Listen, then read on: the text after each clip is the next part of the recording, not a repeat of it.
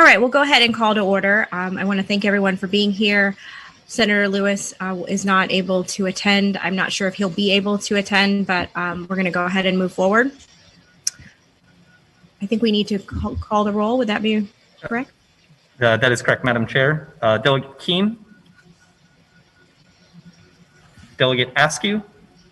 Present. Delegate Hodges. Here. Delegate Ranson. I believe I saw Delegate Ranson come in. I did. Come right back. Senator Kiggins. Here. Senator Locke. Andrea McClellan. Here. Chris Stone. Here. Joseph Bouchard. Here. And Delegate Converse-Fowler. Present. Was Delegate Ranson here? It looks like they are on but muted. Madam Chair, you have a quorum. All right, thank you very much. All right, we're gonna move quickly along just because we have lots to do, and I know this is a busy time of year. We have a couple presentations. First would be on sea level rise and affordable housing in the coastal region, and we have Todd Nedwick and Scott Culp. Are you all on? I think I saw you. Yes, I'm on. This is Scott Culp. Well, thank you very much for being here. We're going to let you take it away. Sure. I'll start. I will share my screen. Okay.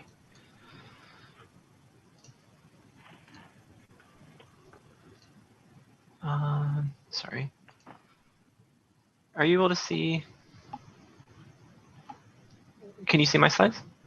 Yes, we can. Okay. So yeah, my name is Scott Culp. I am the senior computational scientist at Climate Central. Climate Central is a nonprofit climate research and journalism organization. We study and communicate to the general public the impacts of climate change to the general public. And here I'll be presenting a paper that we published in Environmental Research Letters last month titled Sea Level Rise and Coastal Flooding Threaten Affordable Housing. So the big issue that we're interested in here is that sea level rise is going to be increasing the height of all the coastal flood events. So for instance, if a city is, it might typically expect, maybe a 1 foot flood, or let's say for example a 1 foot flood every year. Well, by 2050, we might see a full foot of sea level rise compared to the year 2000, and what that means is instead of a 1 foot flood the city will see each year, it'll become a 2-year flood, or a 2 foot flood, sorry. And that will make, all floods, especially extreme floods, more frequent, dangerous, and damaging to more people.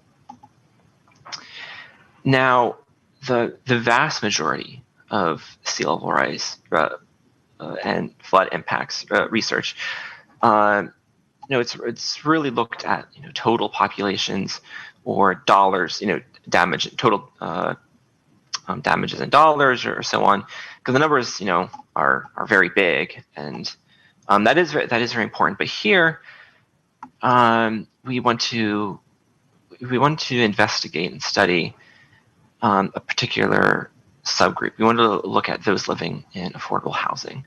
These are people who are already the most vulnerable among us. And by affordable housing here, we're looking at those in federally subsidized affordable housing. We got this data from the National Housing Trust, as well as market-driven affordable housing. That is those whose rental, their rents are below market rates. These sorts of buildings might be expected to, in general, be less maintained, more poorly maintained, and so more vulnerable to flooding. Now, each of these data sets include their location, that is their latitude and longitude, as well as the number of units in each building. Now, the first thing we do is, like I said, these data, they're only points, right? We have the latitude and longitude of each building, but we don't actually have the shape of these buildings. And that's important to us. Now, a couple years ago, Microsoft openly released a data set of U.S. building footprints, and so we took this data, and for each affordable housing building on each of the lists, we use its latitude and longitude coordinates to find and assign its closest building footprint. And in our analyses, we treat a building and all of its units inside it as exposed to flood if any part of the building touches it. So with that, we've also collected 30 plus years of hourly tide station records from NOAA, as well as sea level rise projections through the century, as well as very high accuracy LiDAR derived elevation data from NOAA. And by combining these data sets together, we can compute and estimate the probability of each of the affordable housing buildings facing a flood, facing an event where a flood reaches as high as its elevation. So it faces a potential flood event each year. So looking at the broad results in the U.S., here are the top. These are the top 5 states, along with U.S. as a whole. What we see is that between 2000 and 2050, the total number of affordable housing units vulnerable to flooding annually, roughly annually, about triples.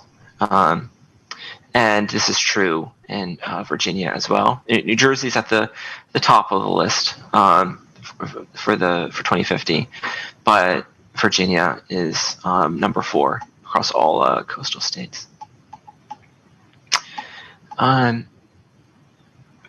Narrowing these results down, in Virginia, what's interesting to me here is that at city level, this kind of multiplication of exposure or vulnerability can be much more dramatic, right? So in Norfolk, or in most of these cities, actually, it's more, instead of a 3x difference, it's more of like a 6x difference. So this could come as a real shock to these cities and those living in these affordable housing buildings in these cities. And so it's extremely important that and urgent that these cities prepare themselves for this near future. Now, in addition to these results, I'm also going to share a website that Climate Central has developed. One moment as I pull that up.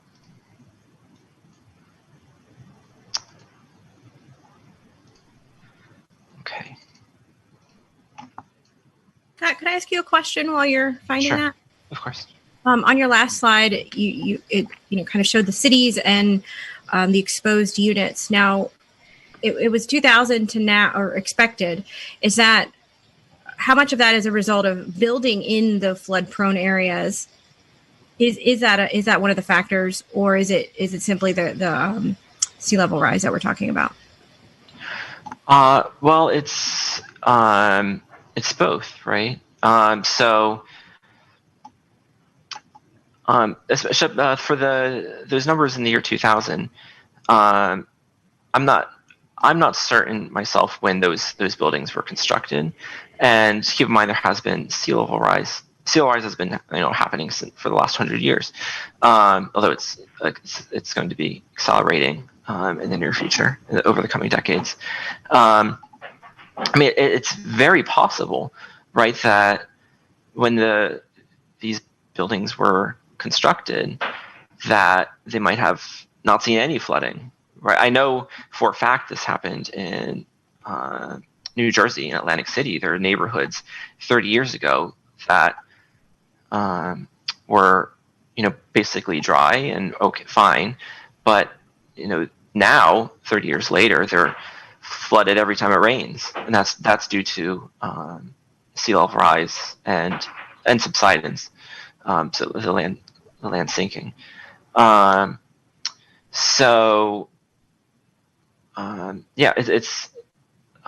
It's both of those factors, I think, where they're built. They're built in low elevation areas, and those elevations are continuing to fall relative to the ocean height, and it's going to be an even worse problem by mid-century. Madam Vice Chair, can I ask a quick question too? Just to yes, Councilman McClellan. Just to clarify, Scott, what you were just saying, you talked about sea level rise, you talked about subsidence, and I apologize, you might have said this. Are you taking into consideration increased precipitation too with this model? That's a very good question, and no, we're looking at just storm surge, sea level rise plus storm surge. We're not looking at participation, so that might and very likely will increase, the amount of flooding. But yeah, we're looking at storm surge alone. Madam Chair, this is Keith Hodges. Can I ask a question, please? Delegate Hodges. Thank you, Madam Chair. And I appreciate, what you're bringing to us, but all of this is really what you're looking at is focused on the urban areas. And I believe you had 395 units in the urban areas, but I will tell you, have you looked at the rural regions? I mean, my district is 1,000 miles of shoreline. Mm-hmm. And when you look at that and you look at Gloucester and, there are 600, just by itself, there are 600 homes that have flooded septic systems on a daily basis, just on a king tide, yes, on a sunny day that has sunny day flooding. Mm-hmm. And I will say that in these low income areas and these areas with a high number of minority population, that are flooded on a daily basis far exceed that 395. Yes. And it's forcing, and the challenge that we have here is trying to solve that problem in those areas, to navigate through the system and to come up with solutions to help those folks. Mm-hmm. And that's what we need to be able to help these folks as far as dollars, as far as, navigating through the system and permitting and whatever we need to do to find solutions to help these folks.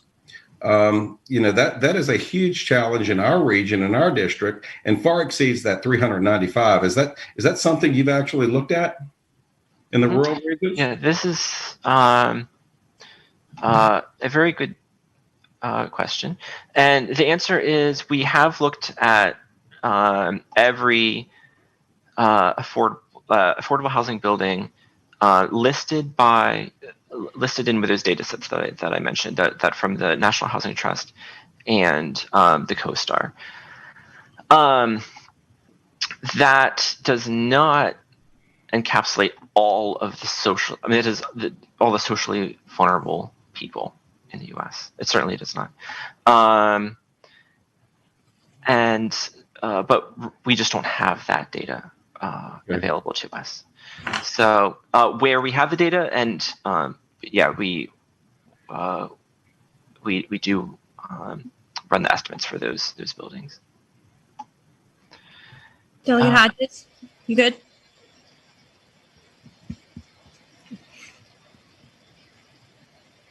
I think you're muted. You're muted, Delegate Hodges.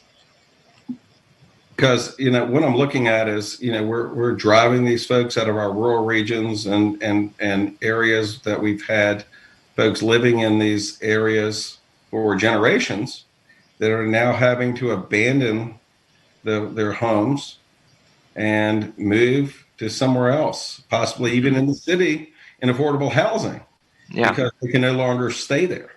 And that's what's happening. We're seeing that time and time again, and we need solutions to help these folks to be able to keep their homes and keep their families together. And that's the challenge that we actually have in our rural areas. So, I appreciate what you're doing in the urban areas and affordable housing. But I was just wondering what you were looking at in our rural regions as well to help, these folks and to find solutions for them as well. So I think so Todd will be speaking after me, and he might have more thoughts on this and the no possible solutions. But I absolutely agree with you that it's tragic what's happening, both not just in urban but in rural areas. And this analysis is really just a first step, and we want to and plan to continue research on this topic to better reflect the entire socially vulnerable populations along the coastline. Okay. So Scott, this is a website you said. Yes, right. This is a website that we have developed at Climate Central, and after I'm done presenting it, I'll share a link in Zoom. And what we have here is a tool to explore the results in more detail, in a user-friendly interface. And here, of course, I've narrowed down to Virginia, but you could select any place or state, a coastal state in the country. Over here, you can choose against state, the different areas, area types, and projections for different years between 2030 and 2100. And so, for instance, I can pull up the legislative districts, and if you wait a few seconds, you'll be able to explore these results in your districts of interest. And like I said, we can bring this down to 2030, basically what's happening right now, or in the very, very near term, right? And go up to the end of century. So you're gonna send us this link, right? So yes, I will. There's also a video tutorial. I'm not going to click on it here, but there's a tutorial that you can that'll explain more in detail what your different options are. But I invite you all to take a look and explore. There's a lot of good work going on, and Todd Nedwick with National Housing Trust is coming up, and also he's here. There he is. Yeah. So same topic. Yeah, so I'll pass it off to him. Todd, are you there? Yes, I am. Can you hear me? Okay, yeah, thanks for having us. I don't have any slides, but I wanted to kind of put some of this information in context from the housing perspective. It may seem like, 1,400 units, I think it was, impacted, may not sound like a lot, but I wanted to just underscore that, the housing that we're talking about here is really housing that's affordable to the lowest income renters in the state of Virginia. This is most of the housing we looked at was federally assisted housing with subsidies, and it's really a scarce housing stock. And we know that the supply of low-cost housing is dwindling throughout the country, including in Virginia. We actually, in Virginia alone, between 2012 and 2017, we lost about 36,000 rental units that rented for $600 a month or less. So that's a really important housing stock for serving, minimum wage workers, for example, and it's a stock that's declining. And so that's just all, this point is just to underscore that, we can't afford to lose a single unit of affordable housing at risk from flooding or other climate impacts. And, building new resilient affordable housing outside of high-risk areas is part of the solution, but alone is insufficient to solve the housing crisis. We have to hold on to the existing housing we have, or we'll continue to exacerbate the affordability housing crisis. I also just wanted to briefly touch on some additional research that we did. In addition to the quantitative analysis and mapping, we also interviewed several experts, had some focus groups of affordable housing building owners who are working towards preserving affordable housing by making buildings more resilient to coastal flooding. And just wanted to highlight some of the challenges that they shared with us that might be of interest to you all. And I'm sure some of these are not new to you. First thing was making the distinction between, exposure and vulnerability, really understanding the level of vulnerability of the community to a climate shock is just as important as understanding the building's exposure to the climate event. And that's because we know that more vulnerable families, those who are residing in these properties, people of color, low-income households, they'll certainly struggle much more to bounce back from a climate event and will likely suffer long-term ramifications related to financial well-being and health as a result of experiencing a climate shock. Another challenge that we heard that exists is silos between housing and disaster policy. Disaster policy tends to prioritize recovery, rebuilding over mitigation. And I heard this statistic: only 1/16 of disaster resources are spent on mitigation strategies compared to recovery strategies. And often funding that is spent on mitigation really favors public work infrastructure projects over making housing more resilient. And so really housing is a part of the infrastructure. So we need to think about how we can expand resources to provide mitigation strategies to our housing supply. Another challenge we heard was that affordable housing owners need technical resources to assess their building's exposure to climate events and to understand what building upgrades are needed to make their building more resilient.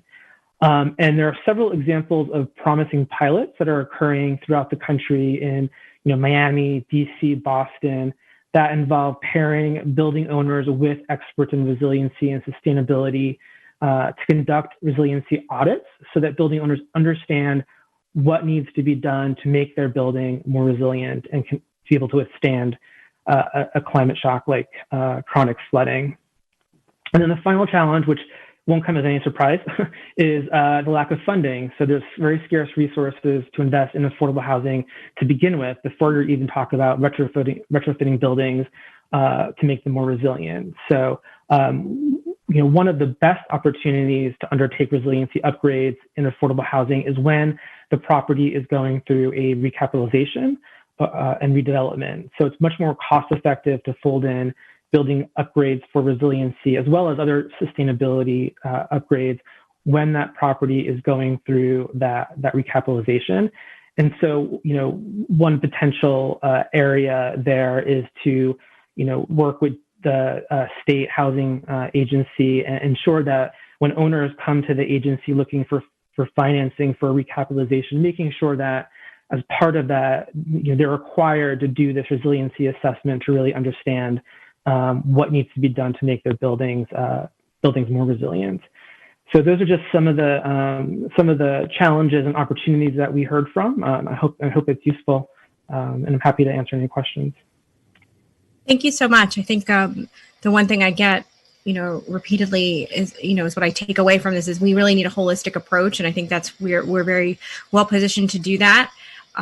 We do have the presentation, an update coming in the next part of this about the study on recurrent flooding. So I'm not sure if it might be good. I don't know if you guys, if Todd and Scott, if you all would still be on, but it would be good to get that update and then maybe come back for the conversation with questions if you guys are able to stay on. Sure. Yeah, I'm able to. Sure. Okay. Thank you so much. I'd like to go ahead and take it to Dr. Fitch, Dr. Haven with VIMS and VDOT. Thank you, Madam Chair, members of the subcommittee. I am Mike Fitch, and I am the Deputy Director of Virginia Transportation Research Council, the research division of VDOT. I think I speak for all of those from our group in attendance today that we appreciate the opportunity to come before this group or this subcommittee and to update you on the intent and status of our ongoing efforts to address transportation resiliency. The research project we'll describe to you today was initiated in August of 2019 and is a coordinated effort between the Chief Resilience Officer of the Commonwealth, the Virginia Institute of Marine Science, and VDOT. The primary goal of this work is to develop a proactive strategy for understanding and addressing the impacts of sea level rise, land subsidence, and recurrent flooding on Virginia's transportation infrastructure, both existing and planned, as well as potential ecosystem impacts. The 5-year study covers a 60-year time frame from 2020 to 2080, and the geographic extent was initially limited to the coastal zone of Virginia, but this was recently expanded to include some additional areas in Northern Virginia. With that said, as the general background, I'll turn over to the presentation to the VIMS group to provide greater detail. Thanks, Mike. Madam Chair, can you hear me? Make sure my audio is right. Yep, we can hear you. Great. I'm Kirk Havens. I'm the director of the Center for Coastal Resources Management at VIMS, and I want to again echo Dr. Fitch on thanking you for inviting us to give the presentation. I also want to recognize Delegate Hodges, who is my representative from King and Queen County. So just want to make that point. And if I lose my conductivity, we can blame him because he hasn't quite got broadband to my house yet. So, you know, we're working on it. So what we're going to do today is, all right. So what we're going to give a presentation today is on the two primary tasks that we were charged with which was assess the climate variability and adaptation to transportation infrastructure, and then also assess the ecosystem impacts of transportation infrastructure under rising sea levels. Those are the two primary tasks. We underlined it all with also some legal policy analysis that's available as well, depending on what VDOT asked us to go forward with, and that's led out of the Virginia Coastal Policy Center with Elizabeth Andrews. And so I have a number of our staff on today just to be able to answer questions, but the presentation is going to be led by Dr. Molly Mitchell, who's going to address the task one, and then Dr. Robert Isdell is going to discuss task two, and then I'll try to wrap it up. So Molly, do you want to take over from here? Great. Thank you, Kirk. Sorry, I need to get the slides advancing. Okay, so the first thing we just wanted to be clear about is that we are using the NOAA intermediate high curve in this study, and that's to be consistent with the state planning efforts, the resiliency planning efforts that are coming out. So not all of the examples we're going to show you use that. We'll try to be clear about when they do and when they don't. But all of the products coming out of this study will be on the intermediate high curve.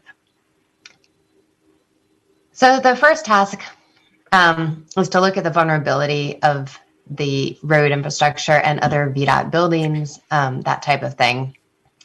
So we started by looking at all the roads with respect to the FEMA flood hazard zones.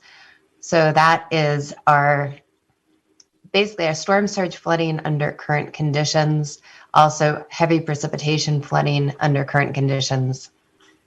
Then we updated in the recurrent flooding study, we'd used 511 data from VDOT to map areas of roads that flooded repeatedly. We've updated that with new data, and I'll show you that. And then the next piece is to look at projections of how frequently waters will reach different flood levels. and to use a road network analysis to evaluate vulnerability of transportation along those roads and also of the ability to reach different pieces of infrastructure. And all of this will be put into an interactive planning portal for VDOT. We are working hand in hand with VDOT engineers and planners in a stakeholder group to make sure that what's coming out of this is useful to them. So certain parts of the project are still being figured out, but that's so that everything is useful for them. So these are what the FEMA flood hazard zones look like. And basically what it is these roads that are blue are roads which are in that 1% annual chance flood hazard. The orange ones are in the 2% chance flood hazard. And then there's areas of undetermined flood hazards. And then the rest of the roads are minimal flood hazard. It doesn't mean they don't flood there, but they're not flooding from storm surge. They're not in FEMA flood zones. So this part is done for all of the coastal plain.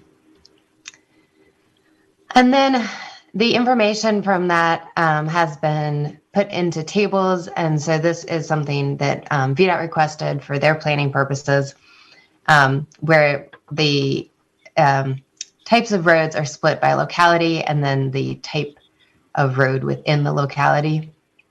And then we can actually put VDOT road segments on them so they can find the exact road segment that would flood under these conditions. This is the 511 data, and this is flooding from storm surge, but also from precipitation, heavy precipitation events, or poor drainage areas. So there are a lot of different causes of the flooding that occurs under the 511 data. And so this is from 2008 to 2019. And the color of the dot tells you how many times it flooded in between those time periods. So what you see is a lot of 1 to 4s. So there's a lot of places that have flooded under a particularly bad storm event. But those are probably going to happen regardless. More concerning are the 5 to 7 and the 8 to 10s. The one thing that this doesn't cover is it doesn't have city maintained roads in it. So if you look down in this area, there's not a lot of flooding being shown. And that's because these cities maintain their own roads. So we are using Waze data to try and fill in some of these areas that don't have 511 data. However, the Waze data is only available for about 3 years, so we won't have as long a record, but we should still be able to pinpoint the areas where the flooding is occurring most frequently. And so again, this is under current conditions, right? So it's not looking into the future, but it does incorporate precipitation, which we know is a major driver of flooding in addition to storm surge. So the next part of the analysis is to be able to look forward and say, well, what areas are going to flood under normal tide conditions? So as sea level rises, what's going to become the sort of weekly inundated areas? And then we can also look at what will flood under storm surge, under sea level rise. And so the way we do this is we take this as a graph of the water level heights. Okay, so these are the water level heights. And the number of hours in each year that the water is above that level. So this is under current conditions, is the gray one. And then the blue one is in 2050 with sea level rise, how many hours will the water exceed that level? And you can see it goes up quite a bit. And then by 2100, we have a lot more flooding at the low levels. These areas are basically underwater. And then, these areas which only very occasionally flood today are becoming, mid-tide level.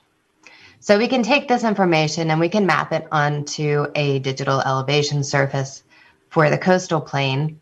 And so we're going through this locality by locality to map it. And then what we can do with it is we can use that information in a road network analysis.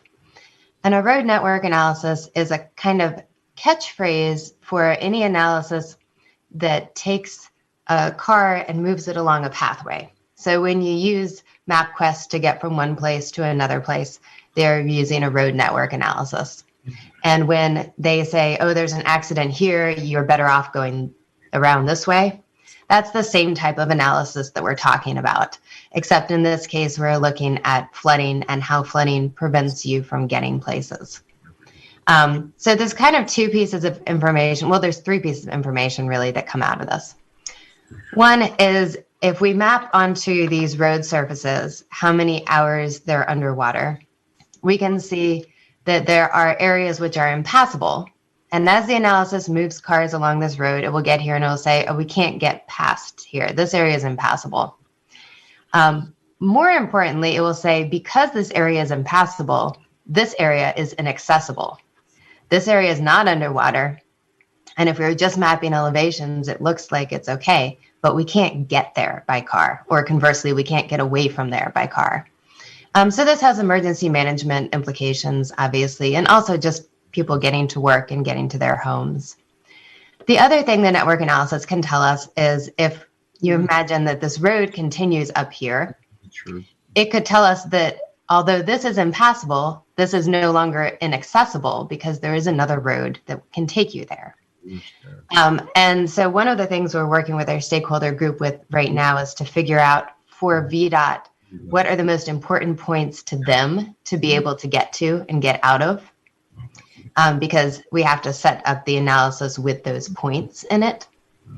But this is the kind of analysis that we're talking about. And so this allows us to look out in the future and say, okay, today, what are the areas which are sometimes impassable? But in 50 years, what will be the areas? And then we can put it together in a portal. This is a portal for a different project, but it's the same idea. So this is one for a locality. So it's looking at issues that are of concern to localities and access points that are of concern to them. But you can put in, so you can turn on layers that show you all at any given level of flooding, which roads are inaccessible. These can also be done in tables with road segments, which can be more useful sometimes for planning than the maps, depending on what you're doing. And then the other thing is that we can map that flood duration surface that I talked about out onto the landscape. So this is just looking at roads. And so if you want to know where roads are going to be underwater or impassable, this is really important. But the other thing the analysis can tell you is the buildings that will be flooded, 100 hours a year or 20 hours a year. So you can also look at other kinds of infrastructure, and we can put parcel layers on top of this and building information. And now I'm going to hand this over to Dr. Robert Isdell, who's going to tell you about the second task. I'm actually going to stop sharing for a second and let him bring up his slides so that he can control them. Thank you. Hello, everybody. Can you see that? Yes. Great. All right, so thank you, Molly. So I will be talking about our second task. This is the ecosystem impacts of sea level rise on or related to transportation infrastructure. And so for this task, we are expected to model current habitat distribution for rare, threatened, or endangered species. And for migratory bird species, we are forecasting habitat distribution shifts for target species. We're going to assess the potential for existing and planned local land use changes, and then see how those could have a detrimental impact on future RTE species between 2020 and 2080. These are VDOT-derived timeframes. And then, like Task 1, we will be providing those outcomes in that same interactive planning portal for VDOT.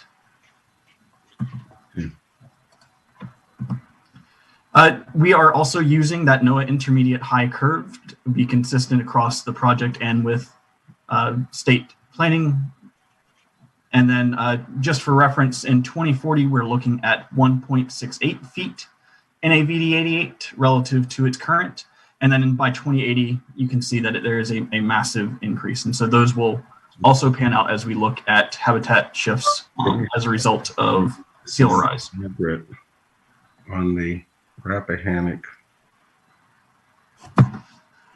So overall, we're looking at a total of 43 species. These are rare, threatened, and endangered species and migratory birds. They're not entirely exclusive categories. There is some overlap between them.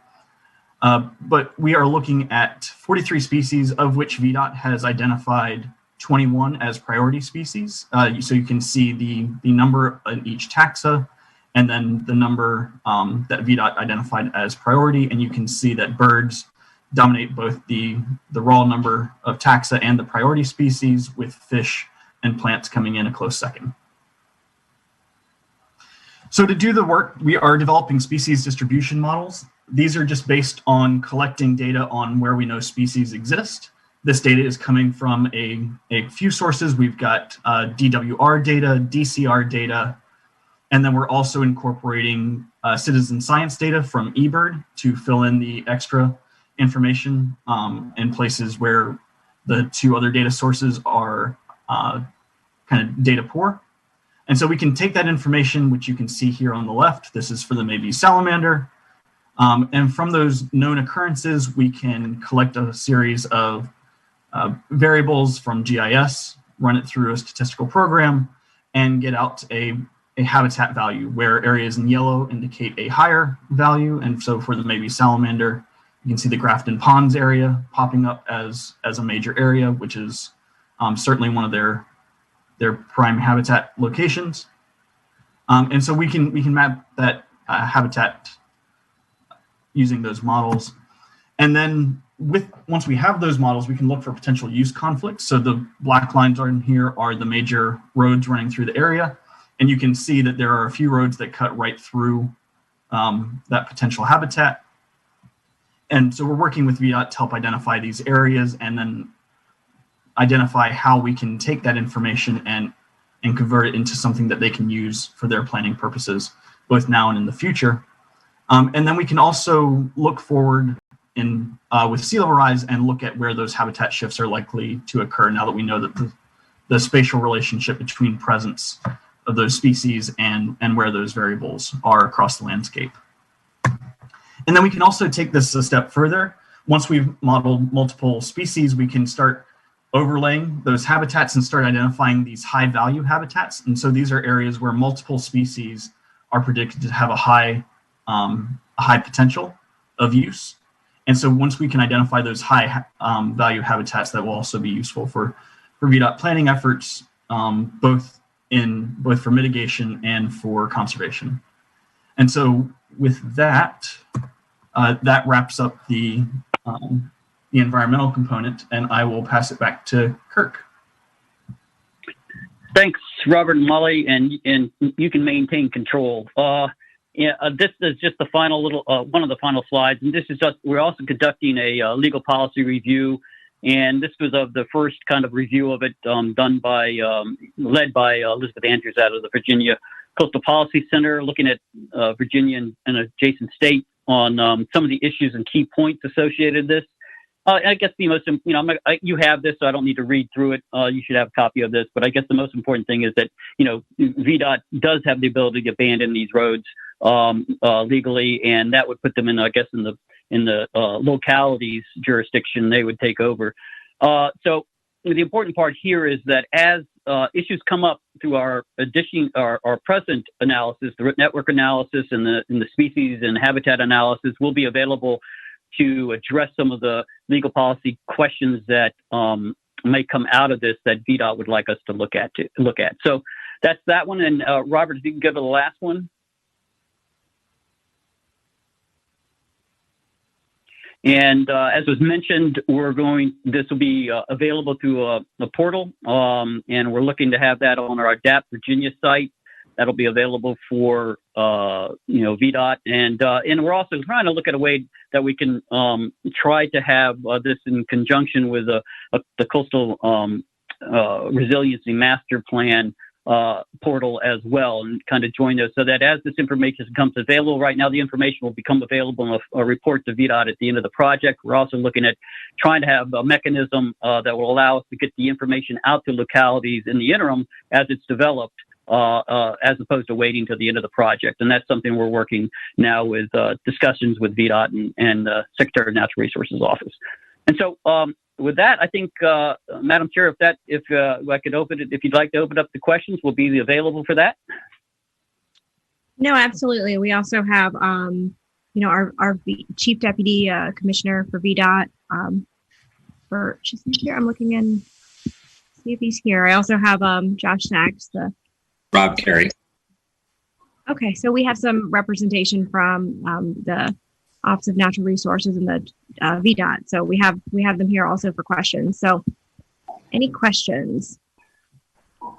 I do, Madam Chair. Delegate Hodges? Thank you, Madam Chair.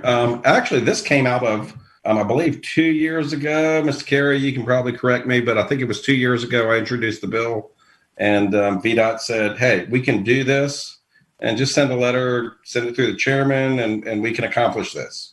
I think it was 2 years ago. And thank you for your willingness to do this and to move forward. The one question I have is when we look at the infrastructure and when we look at what we're trying to accomplish here, all of the docks, wharfs, and those inroads that you have in the Commonwealth, that are flooded and where they are, those are critically important to our working waterfronts and to our watermen. And, what are we doing there to really try to help? And, what's the plan on those fronts? I mean, those really aren't part of the discussion in here, but those are critically important. And what are we trying to do? They're all over the place. Right. So I don't know if that's for you, or I don't know where that question comes from, or from VIMS or wherever, but it would be nice to know what we're trying to do in that front. Yeah, Madam Chair, again, Rob Carey, I'm Chief Deputy Commissioner of VDOT, and as the delegate mentioned, I mean, all of those are assets generally under VDOT, and that is part of this study. I mean, we're really looking at all of those assets, the roadways to get to them, and then if we have a landing or something that we want to ensure we know what the impacts of this sea level rise are on those assets. And then ultimately with this, our main goal is to develop policies around this of how we will deal with these things going forward in a very methodical way, knowing that we have through this study the impacts and when we can expect them to be in place so that we can plan through our Commonwealth Transportation Board to have appropriate policies. And I will just for the, edification of the group, our board is, this is something they're very interested in. We have a subcommittee of our board, the environmental subcommittee, which the secretary has asked me to lead with them. And that is the group that will take those policies, vet them, and then make recommendations to the full board on how we can best adapt to the sea level rise that we're seeing. These are major issues across the state, as evidenced by this group, and we recognize that as well. And we want to make sure we're in a position to address exactly what Delegate Hodges says, and that's to make sure that we minimize those impacts and that we address them in a thoughtful manner that is in the best interest of everybody who relies on those assets for whether it's their livelihood with watermen or in their daily life and accessing their homes and commercial properties and so forth. Okay. All right. Thank you, sir. Thank you, Madam Chair. And, I would just like to follow up and I don't know how to say this. This study and what I originally brought forward, this is more about, it's not about bugs and critters. It's more about infrastructure and bringing it all together and how you can move forward in a way to identify the infrastructure, protect the environment, and move forward with a plan. And that's ultimately what we would like to do and how we can do that in the best way.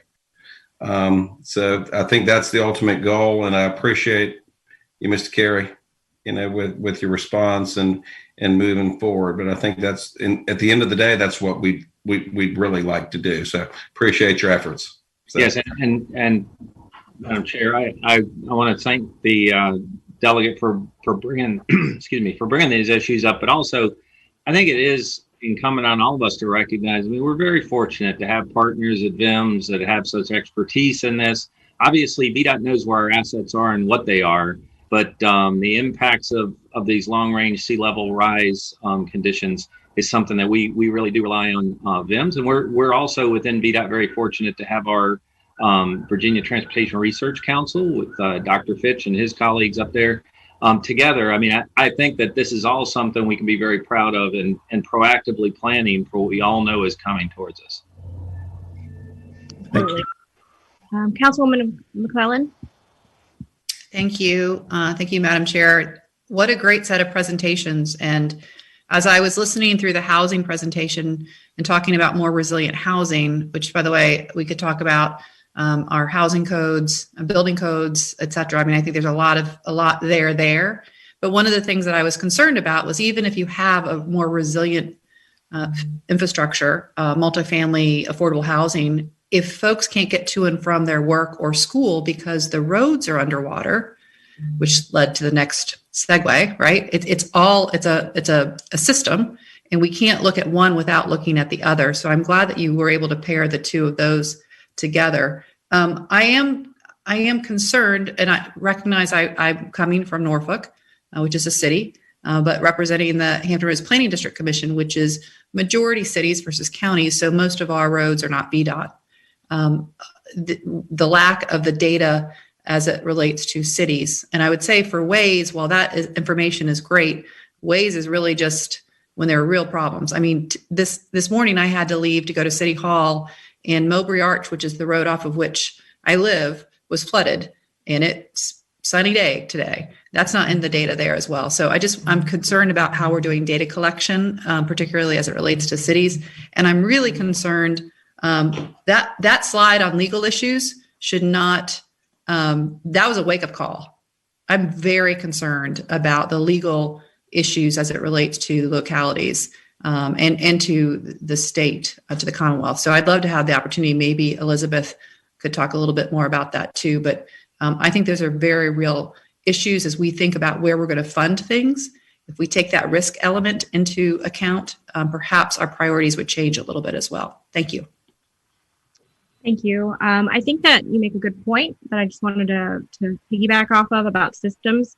And I think what, I keep talking about a comprehensive approach. I think we need to take some time as a committee after session's over, of course, but to kind of look at the big picture and we are a new committee, so it would be great to kind of look over what we could do holistically from the state level and with all the stakeholders at the table. So let's see, do we have any other questions? Looking for hands or, Mr. Stone. So I just had one question of the VIMS group. Was there any thought of giving a recommendation to VDOT about precipitation amounts? Because I know that Ms. Mitchell said that the increase in the precipitation that we're seeing was accounted for, but we all know that that the rainfall data in Atlas 14 hasn't been updated since 2006, and so it's kind of a combination of sea level rise and increased precipitation, and how that impacts the roadway network for VDOT. And so, how, I guess, is this group recommending to VDOT to account for that, and what is VDOT doing to make sure that whatever we do going forward is accounting for those increased precipitation amounts? Yeah, so that's a great question. The scope of our project is just to look, in terms of looking forward, is just to look at sea level rise impacts. But the increase in precipitation is, of course, a complicated issue because it's hard to predict. It's hard to predict when and where that increased precipitation is going to fall, even though we know that there should be an increase, that the inundation duration frequency is going up, basically. but I do believe, and I think maybe Mike can talk to this. This is something VDOT's been looking at separately. And so maybe the question is, at the end of our project, how can we bring together stuff from other projects to enhance the understanding? Yes, Madam Chair, if I may, to add to the gentleman's question, we are at the very early stages. We've just recently signed a contract, and again, in conjunction with VIMS, we'll be doing some research on what are termed IDF curves, intensity, duration, and frequency precipitation curves. As the gentleman alluded to, Atlas 14, it is understood that data is kind of old news, and it's not the most appropriate data set to use for predicting X number of years out. So these new IDF curves are in fact predictive, and the majority of that work will be done at Cornell and Carnegie Mellon. And so we're piggybacking with VIMS to get that work done. Then when we have that, we'll take that into account. So it's a very, very good point that the gentleman raises. And I hope by way of participating in funding these other research efforts that we'll be addressing that. Commissioner Carey, did you have something? Yeah, yes. I was just going to add to that, and really just to say that I want to make sure everyone does know that VDOT recently contributed to the efforts around that through Admiral Phillips' work. She was gaining some financial contributions from various agencies around the state who have interest in the IDF updates. So I just really wanted to make sure everybody knew that we have recently, I'll say in the last 3 to 6 months, actually put financial resources behind that update with Admiral Phillips. Thank you. Does anyone else have any questions before we move on to more of the policy discussion amongst the committee? Okay. All right, if we don't have any more questions for our experts, we can go ahead and move ahead. So the next portion we had was about legislation, if there's any to present. And I just wanted to take a few minutes and just bring up two bills that I wanted to flag for the committee. Between Senator Lewis and I, there are two bills. One, flood disclosure, I've carried for a couple years, and this time I think we've got some real progress. It will have a component to it that has severe repetitive loss, where if the owner has direct knowledge of that, we will be requiring disclosure if there are more than two in a 10-year span.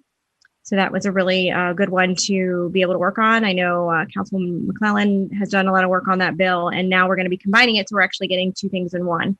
So we're going to be getting the severe repetitive loss disclosure, actual knowledge when purchasing a home, and then there is another piece of the flood disclosure that's going to be improved.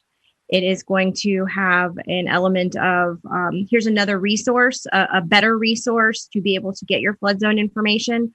Right now, DCR has where you can go and look at the map and put in an address and figure out where flood zone you're in. It's not easy to use, it's difficult, but we're going to ask that they put in a component that requires where the form's pre-populated and you put an address and out pops the form with the flood zone versus trying to having to decipher it from a map. So we've added that layer of kind of consistency where here's where you can get it, here's where you would find your flood zone, and we're adding that as a requirement to the disclosure information, and then also the severe repetitive loss if you have actual knowledge, and that is the flood disclosure bill. Also, the other bill, of course, I didn't write it down because we have the. Let me see if anybody had any questions about that bill before I move ahead. Flood disclosure. Everybody's good on flood disclosure? Everybody supports it? Yay. Okay. Just wanted to bring it up. The other bill, let me just make sure because I have I'll let somebody else go. Does anybody else have any legislation to talk about that they are bringing up this session. Madam Chair. Hey, this is Keith. How is everything? I have a couple of things, if you don't mind. Elizabeth, I am so glad you're on here, and thank you for joining us. One of the things I'm looking at is the Commonwealth Center for Recurrent Flooding and Resiliency. And one of the things that I'm looking at is to assist the Commonwealth in, applying the research policy and so forth, and in making the best decisions in our low-income areas, our African-American populations, and those areas that are suffering the most. That is actually part of the bill to require that. But the second thing is actually a clearinghouse, and really looking at directing the center to have a clearinghouse for in overseeing a flood resiliency program. So in doing that, we really don't have that now, to bring the new technologies, to bring we had some great presentations at the last Flood Commission meeting, and there's no way really to vet those and to look at those.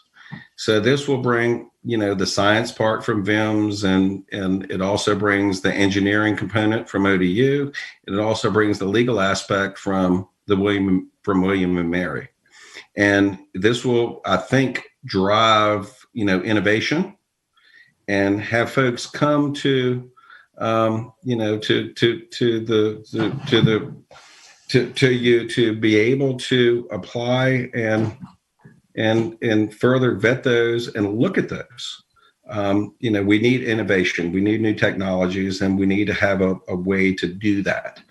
And this bill actually does that. So I don't know if anyone has any questions. I know there were some questions in the last, and there was some excitement, I believe, in the last meeting. But that is part of the bill. Any questions on that so far? Delegate, I have a question. Yes, ma'am. I'm all for innovation. Good job. Yes, I love it. I love it. Thank you. Are you saying that this would be nested within the, where would this reside? It's actually in the ECRFR or whatever it's called. With that, yeah, it's the Commonwealth Center for Flooding and Resiliency. Is that the name of it? Okay. And that is actually in statute, which so they will actually have the oversight. So instead of going to DEQ or DCR, this brings the expertise from that center. And that center in statute is made up of VIMS, it's made up of ODU, and it's made up of William and Mary Law Center. Is that correct, Elizabeth? Policy Law Center. Policy Law Center. So you have the legal, you have the science, and you have the engineering to sit down, and they're unanimous in their decision to move forward with this. And they're the final authority on making that decision in this bill. Because right now, we don't have anything. We have no way of looking at any of these innovative approaches. So similar to the VDOT Research Center? Is that? Yeah, I guess kind of in a way. And I don't know if anyone has any comments on that, but that's basically what the bill does. So, and we really need that to drive innovation in the Commonwealth, and to have folks coming forward with new innovative technologies for resiliency and for flooding, and to bring those forward and have folks really look at these. Right now, there's no way to really do that. So, Delegate, I would also say that, one of the ways, there's another effort happening through RISE, which is this accelerator it's focused on identifying resilient technologies, cultivating those, and creating a new business sector. So I don't know where there's an overlap there, as well as the new ICAR at ODU, the Institute for Climate Adaptation and Resilience, which is going to be focused on that. So I think there are a lot of pieces of the puzzle that could come together. But if the end result ultimately is innovation and technology and resiliency, I don't know how it's done, but I'm all for it. So not that it matters. And this would be approved as actually a BMP. under that clearinghouse. So that's what we're looking for. So. Elliot Hodges, is your legislation out yet? I'm so visual. Not yet. We just had some draft pages. I'll be filing it later in the morning. So that's actually a good. I think it's a good bill. So we'll be putting that out if anyone's willing to co-patron that bill. We'd be looking forward to that. Absolutely, okay, so love to see it. Look forward to that in the next 24 hours. I'll let you know, Delegate Congress Fowler. No problem. Sounds great. I'm always excited about putting those everything together and kind of getting that over. So sure. Yeah, thank you. We also have, of course, a pilot program directing the health department and DEQ department to partner with the Middle Peninsula Planning District Commission for a pilot program for elevated septic systems, and to really look at that. I actually have some UVA students who have been phenomenal in working on this. It was part of their project to write the bill, to work with stakeholders, to get input from agencies and stakeholders and everyone, and they've done a phenomenal job. They came into this not knowing anything about flooding, and they've done actually a wonderful job. They've received quite a bit of input from stakeholders. The bill that's going to be introduced may not be quite where we need it to be, but I think at the end of the day, we're going to make some amendments to actually pull those septic systems. So when we study those, they're actually out of the RPA. They're not they're in uplying areas and so forth, to really look at this and to permit those. So I think at the end of the day, we're going to have something really, really good by the time it's introduced in the committee. So what you see that's introduced may not be exactly where we need to be, but we're getting very, very close. And I think this is something that we really need to look at, to get those components with septic up in the air, out of harm's way, out of the area of flooding, and to really study it, to look at it, and to analyze it, and to come up with a streamlined permitting approach. So that's kind of the goal with this in the end. So I don't know if there are any questions on that. I got too many papers over here. I'm glad you were able to get it to, for this session, because I know you talked about that at our last meeting. Sure. I'm excited about that bill. I mean, there seems like there's a lot of legislation. What's that? I'm sorry. No, I was just saying, I'm glad you were able to get it ready for this session. Yeah. So it's close. It's close. It's not quite 100% where we want it, but we actually have a number of stakeholders on board from the environmental community that really see the value in this, and that we need to move forward and to look at this in a different way. The last thing I'm looking at is that the Water Facilities Revolving Loan Fund, to make loans from that fund to local governments that allow them to create loan programs to fund BMPs, for stormwater, especially in those areas that don't necessarily qualify for living shorelines.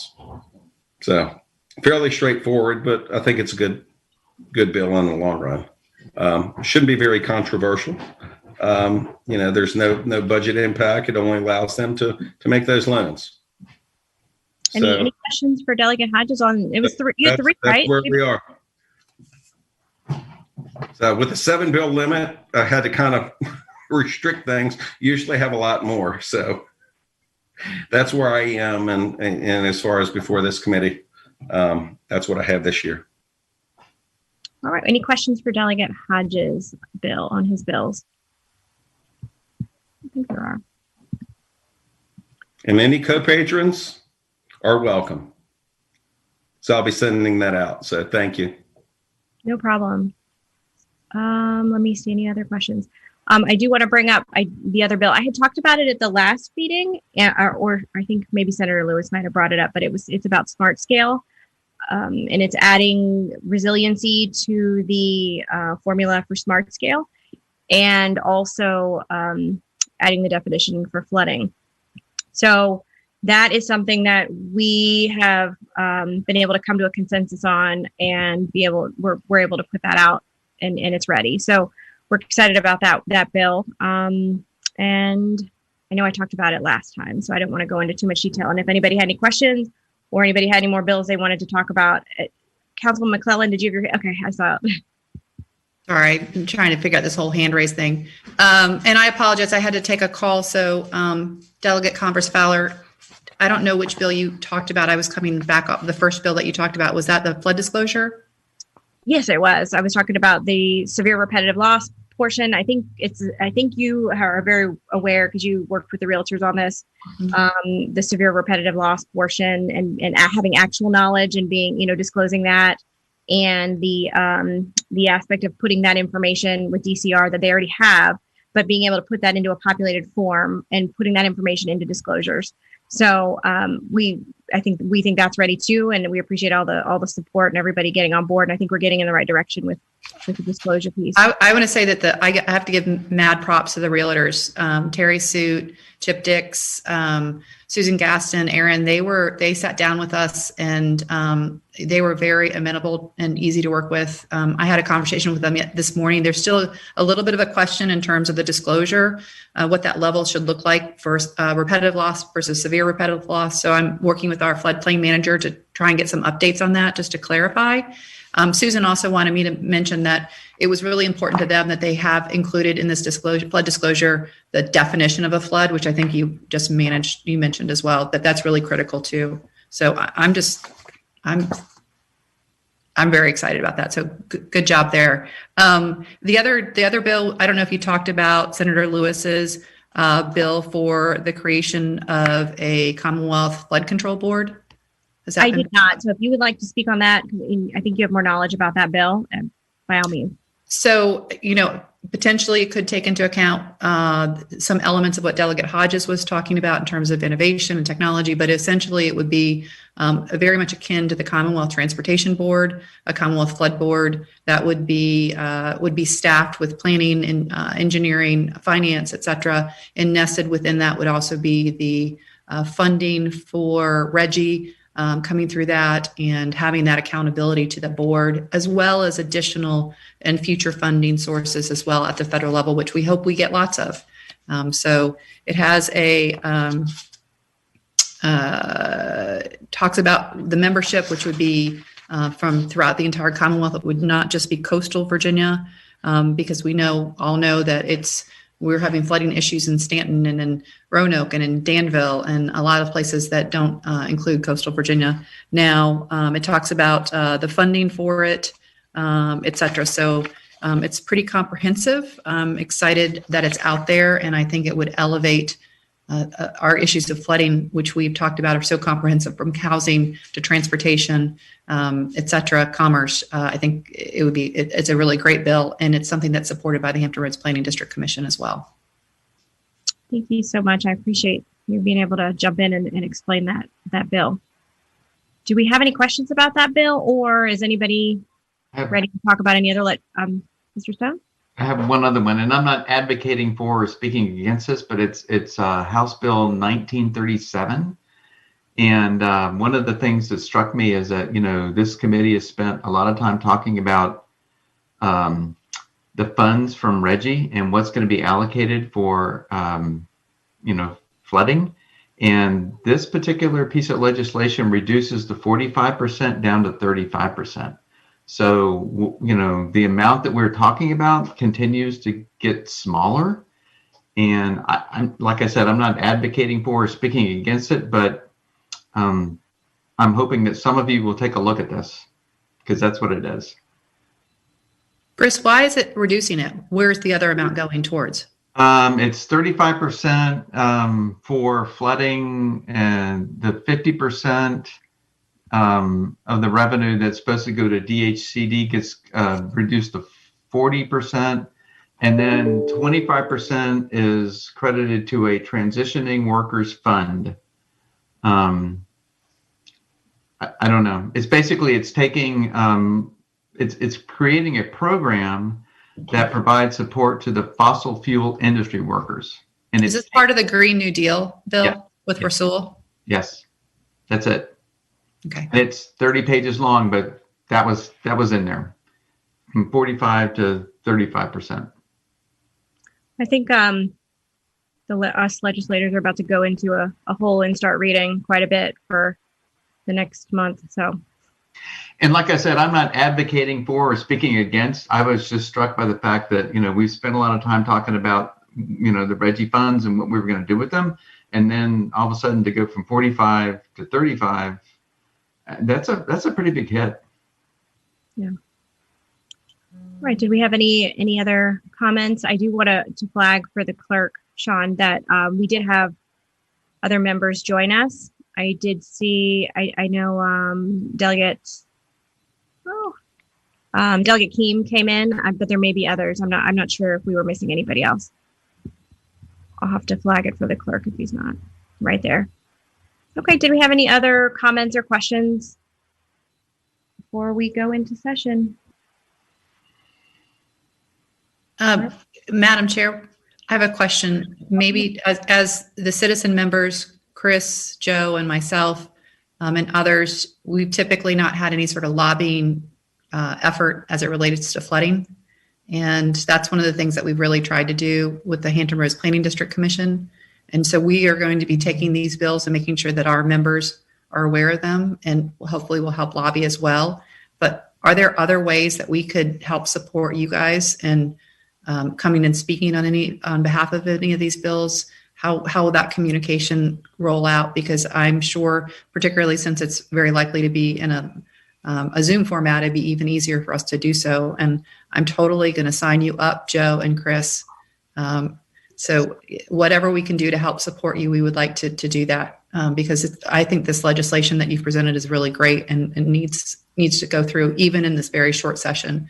So whatever we can do to help. I will get with, I'll get with Senator Lewis about that. We did just get instructions. We had a Q&A session with the clerk and how we, in IT and how the session's going to go with, in terms of, how we present bills, how technically that works, and, with participation. And we talked a lot about links and, how that gets put out there if we want someone to speak. So I'll get with Senator Lewis on a more comprehensive approach to it and get the information out to you all. And appreciate your patience, just because we've had to kind of go with the flow with how we do things. So we will get that information out, and that way everybody can kind of know, how they would participate. Each bill is going to have its own. Each committee, I think, is going to have its own unique link. And if you wanted to sign up to speak on a specific bill, there's going to be a way. So it might be coming from individual legislators with their legislation, where they could send it to everyone on the committee. But I will get with Senator Lewis and come up with a comprehensive approach, just because of the weird dynamics of things. So good question. Anything else? Okay. Sean, I saw your back. Did you get that Delegate Keem was here? Yes, I did. Yes. Okay. Well, do we have a motion to adjourn? So moved. All right. We have a motion to adjourn. A second? Second. Okay. Thank you, Delegate Hodges. All in favor? Aye. Aye. All right. All right. Thank you all. Thanks. Thank you, Madam Chair.